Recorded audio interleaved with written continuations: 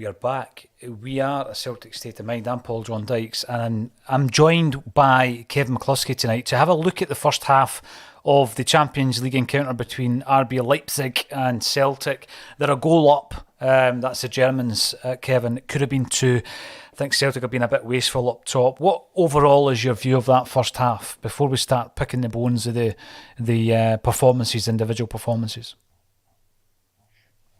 I think if you're a neutral, that's been a really exciting first half. A fantastic opening 45 minutes. Two teams that have decided they're just going to go all out attack, go for goals. Both sides are leaving gaps at the back.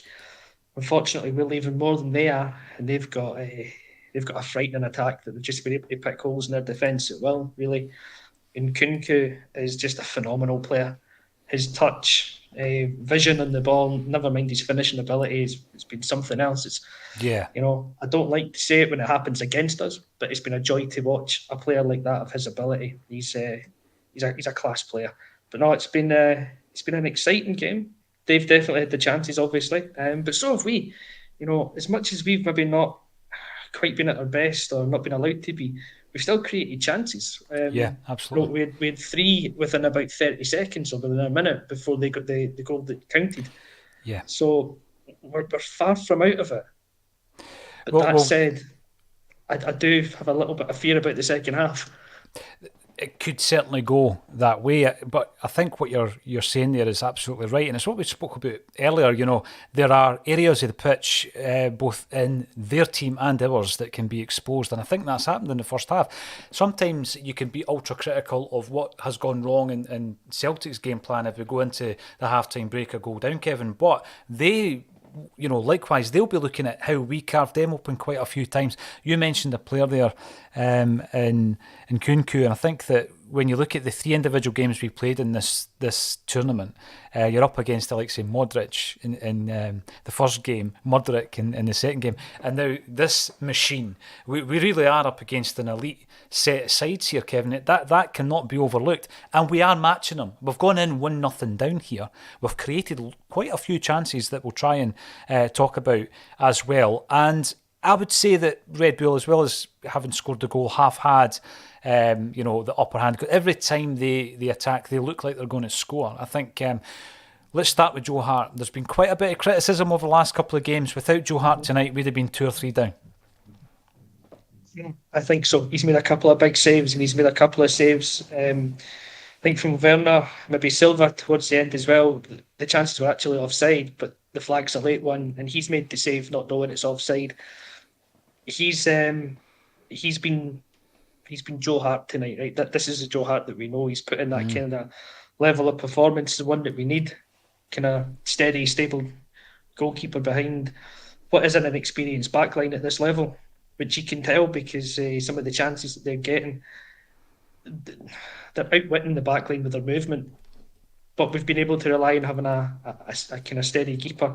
Touch wood, he doesn't throw one in the net in the second half, but he's been steady in the first half, and he's made a few good saves, a few big saves, and he gives you that bit of confidence. When you've got that there, that if we are going to concede chances, which we will, we're not necessarily losing goals every time. We can stay in this game.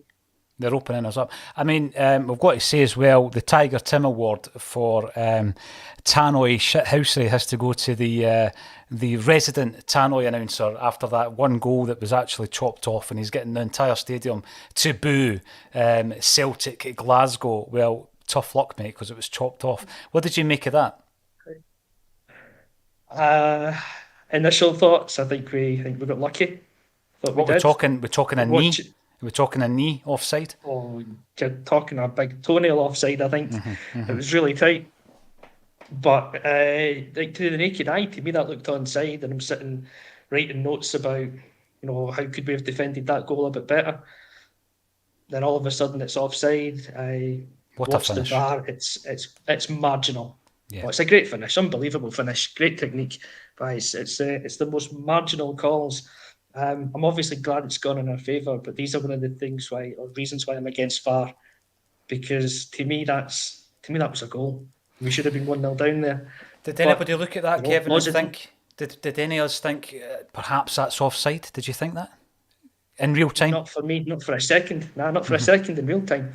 And VAR's supposed to be those kind of clear and obvious decisions. That's not clear and obvious. That said, I'm 100% delighted that the call went in our favour. And, don't quote me otherwise on that. What I love is the conversation rages on. No matter what you and I will talk about, the conversation rages on in the comments section. And I want to bring up as many comments as we can in this halftime break. The halftime break is going to be about as long as the injury time in that first half. Paul McKenzie, missing too many goal-scoring opportunities, need to be more clinical. How often are we hearing this, Kevin? Need to be more clinical in front of goal. It's almost every time we play, Celtic Twitter could be trending with the hashtag clinical, because we have created chances. There were 3 chances that fell to the head of Kyogo alone. There was a really good chance that Greg Taylor had. I think, by the way, we'll talk about Greg Taylor. I think he's been our best player in the first half. He's really stood up to the challenge, both defensively and in an attacking sense as well. I think he's been excellent. And I also want to talk about Maeda as well. But before I bring him up, I'll bring up a few of these comments. Egyptian King, just our luck that McGregor gets injured. We'll talk about the 2 captains getting injured as well, because you know a wee bit about their captain, the goalie, as well, Kevin. McGrory, yep, another away day hard luck story, and injuries keep coming. Yeah, I'm gutted about the injuries, but McGrory, there's 45 minutes to go, and Robert comes in. Will you all relax? We're still in it. Do you think we are? I certainly do, Kevin. Yeah, I think we are. I'll go with that comment more than any of the others at the moment. We're still in this game. We're only 1-0 down. 45 minutes still to play. We've created 4, 5, 6 chances to score, as have they. But all we need to do is put one in the back of the net before they do, and it changes the game entirely. Oh, 100%. The Godfather comes in. Bring Big GG on for Maeda. This is where we can respectfully disagree and put Kyogo out wide. Because why would you take Maeda off when you compare his performance to Jota's? Now, Jota has been an absolute revelation for Celtic. He's been superb. By the way, I wouldn't take either of them off, but Maeda's been a far better contributor to that first half than Jota has been. And I know they're there for a specific purpose, but see, when it comes to defensive work, Jota is non-existent. And in actual fact, in that first half, he's been fairly anonymous. I thought Maeda contributed quite a bit there in the first half, and he is definitely a much better player when it comes to tracking back, Kevin, and an assisting his fullback as well. I mean, Greg Taylor's, he's up against it out left when he's playing with Jota in front of him, I feel, when it comes to the tracking back. It's not Jota's game. Yeah, exactly. I think my first note that I've got for Jota is on about 33 minutes. It says he'd been really quiet. Mm-hmm. It's the first thing I've got to write down about him. Then the second one is that he takes the arm in the face from Soboslai about a minute later. But up until then, he'd been so quiet in that first half. Everything that we'd done up to that point had come down the right-hand side. Because I think we've noticed that Timo Werner doesn't track back. So he's their Jota. He doesn't track back. So that's given space in the right for Maeda, for Juranovic to get forward. And that's where we've kind of looked to aim our attacks, I think. But yeah, these are the games that you want Jota to rise to the occasion and show that he is the player that we think he is. Today he's been really quiet. He's been poor. He needs a big second half performance. I think if we're going to get back in the game, you need players like him to step up. Didn't you think, though, that it was a similar story when we played Shakhtar with Jota? Didn't Jota end up getting a man of the match for Celtic in that particular game?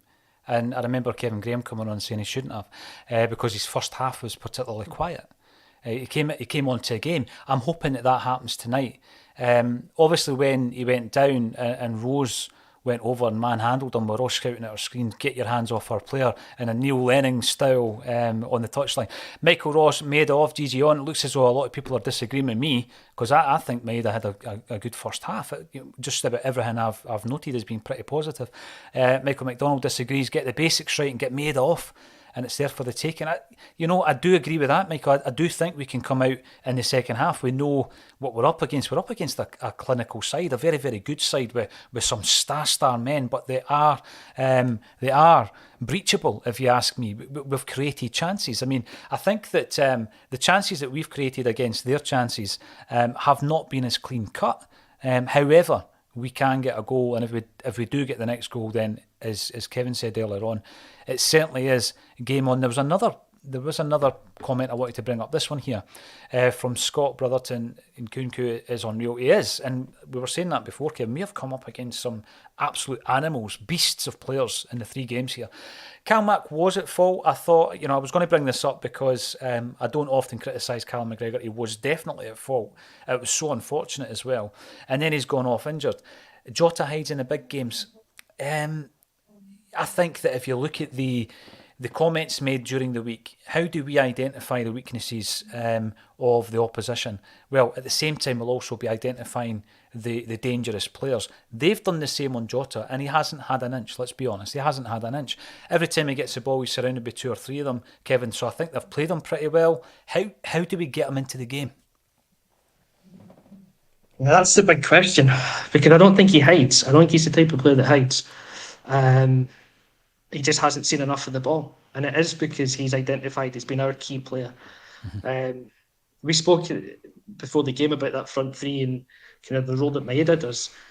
The role that he does and the type of player that he is, you can almost afford to give him a bit of space or just go man for man on him, because he's not the assists king, he's not the goal king, he's just a really good hard-working player up front. Jota should be our Nkunku, the boy that kind of sets things alight for us. And we're coming up against opposition that's a level or 2 levels above what we're used to. And if they double up on him, it's 2, 3, 4 times the quality of player that he's up against normally, times by 2 again, because they're doubling up, they're trebling up. He just doesn't get the time and space to do anything. There's also, like I say, identifying he's a right ball. So if you cut off the pass before it gets to him, if you close down Hatate, you take him out the game as well. His passes aren't getting through to Jota. 2 players are out the game. They're not really able to influence it. And that's what teams like Leipzig do well. They spot our strengths and they know that they've got the players that can kind of nullify that when they want. What we've got to just get better at is, as he said, get more clinical when we get the chances. And just, if we can, just step things up a little bit more, because we've forced them into making mistakes whenever we've pressed them quite high. Maeda's done it. Jota's actually done it once. Taylor did it up in the right wing. Taylor did it, yeah. When we're doing it, we're forcing mistakes out of them. And if we're doing it on the right-hand side, you're doing it up against, it's on our right-hand side, so you're just up against their left full-back, really, because Werner's not given the support. So we can kind of get an overload there if we're able to just win the ball and move it there quickly. And that's just where we need to improve on in the second half. I want to see more of Jota. I want to see more of O'Reilly as well. I think that the replacement of Callum McGregor was always going to be an issue. We've not seen much of Abelgard. My kind of observations in that first half since he's came on is he can win a ball, certainly, but his passing has been a wee bit slack. In the final 10 minutes of that half, his passing has been pretty poor. So that's something in an Ange team that you won't get away with, Kevin. You need to be sharp. The tempo's high, and you have to be crisp on the pass as well. At the moment, I've counted a couple that went astray in that first half by the big fella, but I have been impressed with his ball winning ability. He's certainly a big presence in the midfield. The type of player that we've been missing. We've got to hope that it's lack of match practice. It's caused him to give the ball away a few times. My initial impression of him, though, in the Celtic jersey is he's like Tommy Gravison with hair. Big, kind of more physical guy that wants to run about the park and be everywhere at the one time. You can see he is capable of winning the ball back. It's just when he gets it, he's not quite sure what he wants to do with it yet. And it was him that gave away the ball. Tommy Gravison. God almighty, the flashback start. To call him that, I know. Kind of PTSD or whatever it is will be kicking in the mention of that name. But it was him that gave the ball away at the end that led to the chance. I think it was Silva that had it just right at the very end of the half. And again, so as much as we need to tighten up and winning the ball back, we've got to tighten up and just not giving it away as cheaply as we have done. And Jens has done it as well a couple of times, passing it out. It's a yard or two away from the man. And they're on it straight away. And then they'll punish us again if we keep on making those types of mistakes. Oh, definitely. We're going to be rejoining action in just a moment or two, but you mentioned Jens. For me, I think Stephen Welsh has been pretty dependable at the back. It's Jens that I've had concerns about in that first half with his passing. In particular, they soaked up quite an intense period of domination for 5-10 minutes that Celtic had, and 16 seconds later they score the opening goal. And that shows you the margins. You lose that ball in the midfield or in the final third, as we did tonight, and they will punish you. And that is the margins. You can get away with that often domestically, but not at this level, and we have been punished. I'm looking forward to the second half, Kevin. Hopefully we will see a flurry of goals. I'm going to stick with my suggestion that it's going to be 3-2 to Celtic. You said 2-2. Let's just hope we get something out of this game. We'll rejoin the action. Thanks everybody for getting involved in the comments. Thank you to Kevin McCluskey for joining me on A Celtic State of Mind.